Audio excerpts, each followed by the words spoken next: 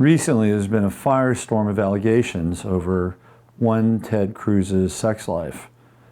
It's been said that he's had an affair with 5 different women over the course of the last year alone. And these allegations are theoretically coming from either Marco Rubio's camp or Donald Trump's camp or Anonymous's camp. But somebody's spilling the beans on Ted Cruz's sex life. First of all, is it really all that important that we know who Ted Cruz is screwing? I mean, we've had presidents from John F. Kennedy to Bill Clinton to who knows what George H.W. Bush was doing. I mean, presidents and their sex life are not, let me do this again.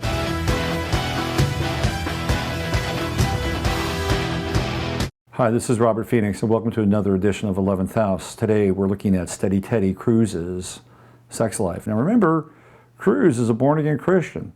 He spent hours and hours and hours shooting a commercial where his family was saying a prayer. And you also have to remember that his wife, Heidi, is a dyed-in-the-wool globalist. She's a member of the CFR, and she's worked hand in glove for the creation of the North American Union. All is not what it seems in the Cruz household or the Cruz campaign. He's a Libra rising. They tend to be charming. I don't think he's charming. Ted Cruz doesn't charm me. I'm not sure if other people find him charming. But he also has Uranus in the first house in Libra conjunct his moon. Uranus first house people are different. Sometimes they're inspired, sometimes they're wacky, sometimes they're brilliant, sometimes they're eccentric. But every now and then something happens to them that turns their life upside down and in a different direction. Perhaps this might be one of those times. Moon conjunct Uranus, well, that's very different emotions. This is somebody who needs emotional excitement. That the de rigueur of the emotional experience is something they can't go through on a day-to-day basis. They're looking for variety, and they're looking for it to balance who they are, because it's all in the first house in Libra.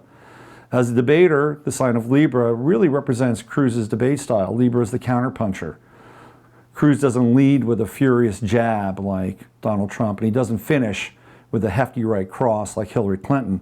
He's waiting for an opening. He's waiting for a weakness, and when that happens, he'll throw out a rabbit punch. It's not the most, how shall I say, daring and aggressive of the ascendants. It gets by more on charm, diplomacy, and aura. Now what's really interesting is that when we get into the 7th house, the opposite sign of the ascendant, that's Aries. And the 7th house is how we relate. It's what we want out of our relationships. And Aries is hot and fiery. So when it comes to connecting on a one-to-one level, Ted Cruz wants what he wants. That's the nature of Aries. So having the desire to have a relationship in an extramarital capacity quite possibly is in his chart. Well, where can we find that? If it's not the 8th house, if it's not the 7th house, and I think there's some clues there because Uranus is transiting that 7th house, and boy, does Uranus bring the lightning bolt of change. It's happening right now. In fact, he's got a Uranus opposition.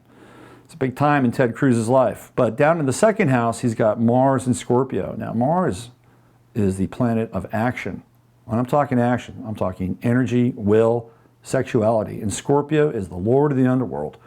So don't be deceived by Ted Cruz's Sunday school antics and his kind of creepy Grandpa Munster hairdo. There's another side to Ted Cruz, trust me, especially with Mars down in the 2nd house. That's Taurus's house. And in Scorpio, Ted has some sexual energy. He also has Venus in Scorpio, and Venus is the planet of relationship. And Scorpio, again, is the underworld. And Venus in Scorpio is one of the most underhanded alignments for Venus. Now, I understand there are people out there with Venus in Scorpio. At the end of the day, everything is evolutionary, and you can transcend most of your aspects in your chart. Trust me, I do this for a living. So even though you might be born with Venus in Scorpio, and it might be one of the more either jealous or one of the aspects that really bring out the kind of the worst in terms of relating and getting what you want, especially when it comes to power and sexuality, that can be transcended. That's the nature of Scorpio. You know, Scorpio walks through the fire. It's the Phoenix. The Phoenix rises in Scorpio. So there's hope for Ted yet. Now, both Mars and Venus oppose Saturn, and Saturn, of course, is the world. Saturn is the administrator. Saturn is the government. Saturn is the law. Sagittarius makes the law. Saturn enforces it. And he's got a Venus and Mars opposition with Saturn in his chart. So perhaps what we're experiencing here is that Saturnian turn in Ted Cruz's life. Now, the other thing that's really interesting is he also has a Uranus and moon square to his sun. He's a Capricorn, 1 degree Capricorn, and it's down in the 3rd house. That's Gemini's house. You know, Gemini's a kinky sign. So we got Ted Cruz, Capricorn, 1 degree, squaring the moon and squaring Uranus in his chart. That makes him potentially just a little bit unstable because Ted likes variety. That's right, variety. Uranus moon conjunction, square the sun, is the spice of life. So the question is, did he cheat? The other question is, do we care? John F. Kennedy cheated. Bill Clinton cheated. Both Bushes cheated. Dick Nixon cheated. And yes, even Ronald Reagan cheated. They're all cheaters. Make no mistake about it. But in the case of Cruz, somebody who is willing to create a platform on his moral values, create a platform on his faith in God, religion, and family, and to transfer those into moral and emotional capital to drive a campaign, it matters a lot. Shrine to Apollo, and with Mars and Leo on the ascendant, that is exactly what Donald J. Trump is manifesting. From an astrological perspective, he's looking a lot more presidential, at least in the moment. Well, why? Of the 12th house, with her sun, her identity, her Mercury, her ability to communicate, communication style, and all of her relationships. As a chart, it's somewhat similar to Joe.